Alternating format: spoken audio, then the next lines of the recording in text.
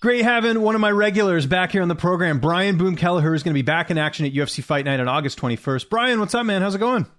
Good. What's going on, James? How's everything? Everything's good, but I did not purchase a house recently. Congrats, man. This is new for us because I noticed right away the new setup. How did everything go with buying your house?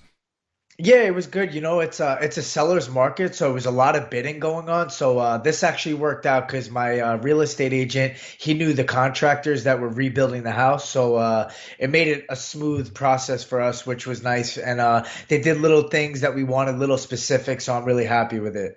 That's great. Did you use Ali Quinta as your realtor or no? No, I didn't get to use him. I know people were telling me to use him, but maybe on the next one, maybe for the next rental property, we'll have to go to Ali Quinta. Okay, yeah, good to know. I was going to say because he's a Long Island guy, right? So he would know the area well, and he'd probably take some physical action if things didn't get done. That's another bonus there as well. Before we get into your fight, we got to talk about the big fight that happened in your division last weekend. TJ Dillashaw, Cory Sandhagen. I was just curious how you scored that fight because a lot of people felt like Cory did enough to get the nod. Yeah, I really wanted to watch the fight back as a judge, because when I watched it, there's always distractions and you're kind of watching it. And I feel like when I was watching it, I thought Dillashaw won as far as the sport goes, but as far as a fight goes and damage goes, I thought, Sandhagen did enough to get the job done. It's just hard to score these fights, because there's control and positions, but they say that that's only supposed to count if the striking is even. That's what I think the rule book says. So if that's the case, then I say Sandhagen wins the fight, just based off how much he landed, how much damage he did. He tore up Dillashaw's knee with that heel hook and then, landed a bunch of hard shots that cut TJ open and stuff. So now that I think about it and look back at it, I think Sandhagen won the fight. Okay, that's interesting. Let's talk about your fight, Domingo Pilarte. When did you find out about this matchup? How much notice did you get? I've had plenty of notice. I probably knew for about 3 weeks or so now. I was supposed to fight him years ago, and I believe one of us got hurt. I forget who, but I think he got hurt, and the fight fell through, and it never happened. But they look to rebook it now, so here we go.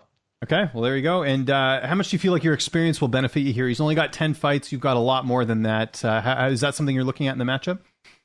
Yeah, I think that plays a factor for sure. I've been in there with, top guys, and I think that helps, going in with a guy that's coming off the Contender Series and has a couple losses in the UFC. But, his back's against the wall too, so I expect the guy to come out firing away, trying to keep his spot in the UFC as well.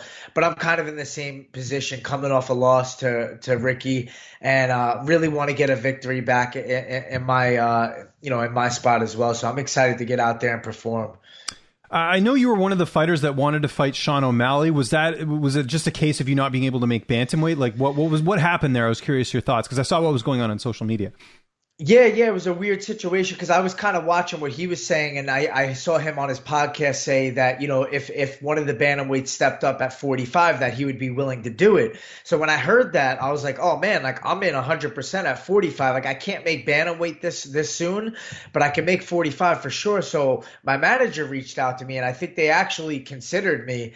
And I said, yeah, like I'm down for 45. And he said, no, only 35. And I said, I can't make 35. Like I don't want to say yes and then miss weight and be on their bad side. They hold it against you. Yeah, exactly. Yeah. Yeah. It's like you're doing them a favor, but if you miss weight, you're not, and it washes everything. So I was like, you know what? I can't make 35, but I'm in at 45. And it seems like O'Malley's side kind of stuck to 35, which I don't blame him. He was in the peak of his camp and he was on his way to make that weight. Yeah, that's what kind of confused me is because I know on the stream, or I didn't actually see the stream, but I saw people that had apparently watched it that said he was open to fighting at 45, and then you hear names like yourself and Ricky Simone say, I want to take this fight, and then we hear later from other people saying that no, it had to be at 35, so it seemed like there was some confusion there as well in terms of fighters that wanted to step up, hence him fighting Chris Montino, which, good for Chris. I think it definitely raised his stock. I think if anyone came out of that fight looking good, it was Chris, because O'Malley didn't really move the needle much for him in the weight class.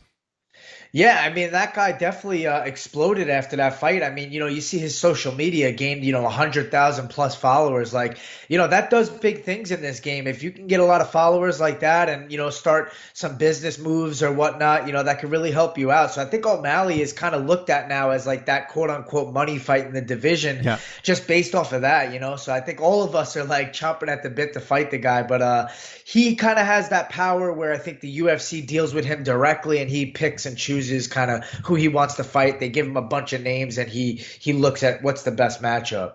Do you want to see him fight a ranked opponent? Because I think that's been one of the criticisms, is that he's kind of getting the Michael Page treatment, him in Bellator, where he's, continuing to get fights that don't really live up to his skill level. And I think with him, like even prior to Montino, he was going to fight Louis Smolka, which I think most people felt like was not going to do much for him.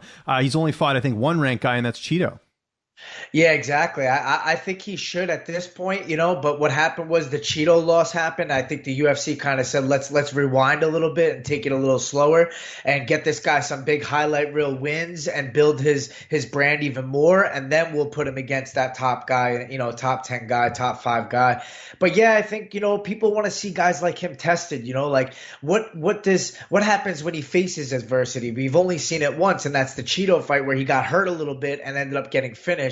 So people want to see that. What happens when a guy that has so much hype faces adversity? Can he overcome that? Can he still win a fight where he's taking damage, maybe getting taken down and ground and pound, gets back up and wins? That's what they want to see to legitimize him. Yeah, no, I think so. Back to you, though. What type of camp have you had leading into this? Who are you getting to work with? I've had a great camp, man. To be honest, my brother's been busy. He's got a house too. So, usually I train with him a lot more, but, here and there we're going to train later today actually. But, I've been at Long Island MMA mostly, just working with all the fighters there. A lot of guys that are, pros that are coming up.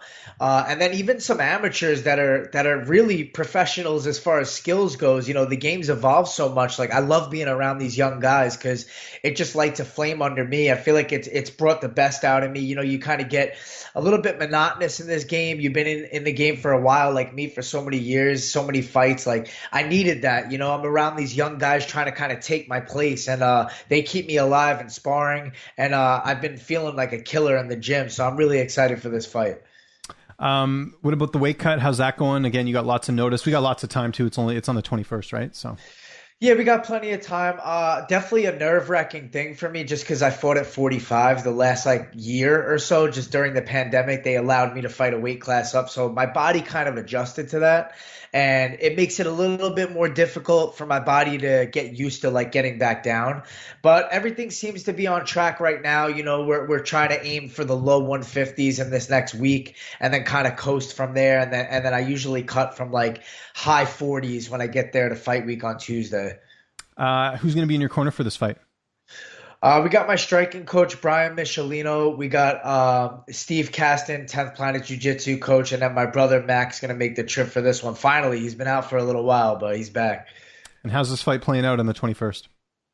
I really see a finish. I think honestly, I've sold myself short in some of my fights with my and my aggression. I think I took a lot from what Sandhagen says about the mentality of the sport and how he reads into war books and different kind of music that gets him into a killer mind state. And I feel like it resonates with me because, on the outside, I could be a soft guy, a normal guy, and then you got to go in a cage and kill somebody and have that mentality that has to be there come fight night. You can't slip that night, so practicing that in the gym has been a big thing for me when I go to sparring, every, twice a week lately, which I usually don't.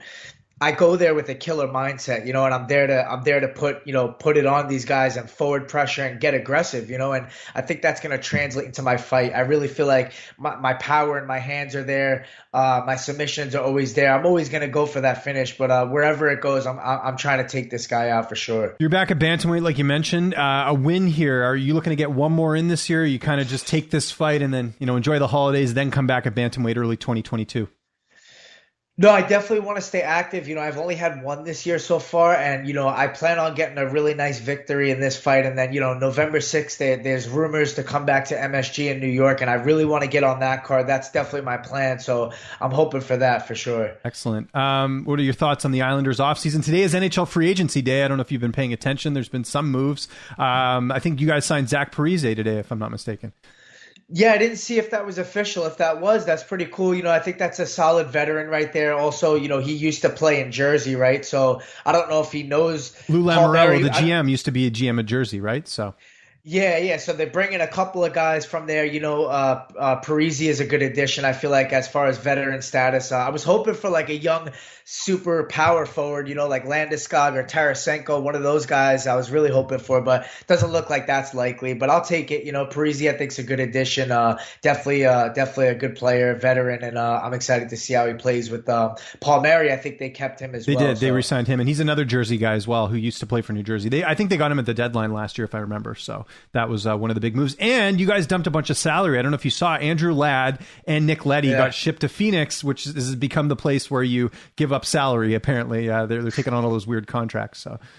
Yeah, so what is that? So if you give up salary, like, doesn't that leave opening more for to sign like a bigger contract? Yeah, but I think they also had to re-sign some other guys as well. So I don't know how I got to double check your cap space, but I know, like, for example, like Barzell's deal, I know that's taking up a lot on the cap. There's a few, fighters, the hockey players they needed to sign to get it done. So I think Pellick, I think wants a big another one. Yeah, too. Exactly. So I think they're going to add some more pieces, but I mean, I'm trying to pay attention. I've actually haven't been getting that much work done because I've been looking at all the signings, but there's been a lot of crazy ones. This has been one of the most interesting off seasons in years, just with the expansion draft and then obviously free agency being bumped. Normally it's July 1st, right? So. Yeah, no, I'm really excited to see how it plays out. There's definitely some good guys still left. I know Suter just went somewhere. Went to Dallas. Dallas, yeah. Yeah, Dallas. So that was another guy we were looking at. But and the Islanders have to start the season with like 20 away games because the new arena. Oh, that's right. Yeah, that's true. So we'll see what happens. Yeah, they're starting off on the back foot. Hopefully they could go at least beat 500 away and then come back home.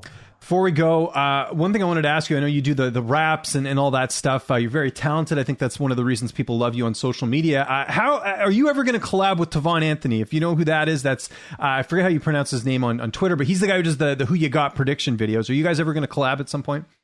Yeah, I have to reach out to him, man. He's really talented, that guy. I like his stuff a lot. And he's creative. I like how he breaks it down, with each guy on the card pretty much, and throws in little, funny jabs in there and stuff. So I would love to do that. That'd be awesome.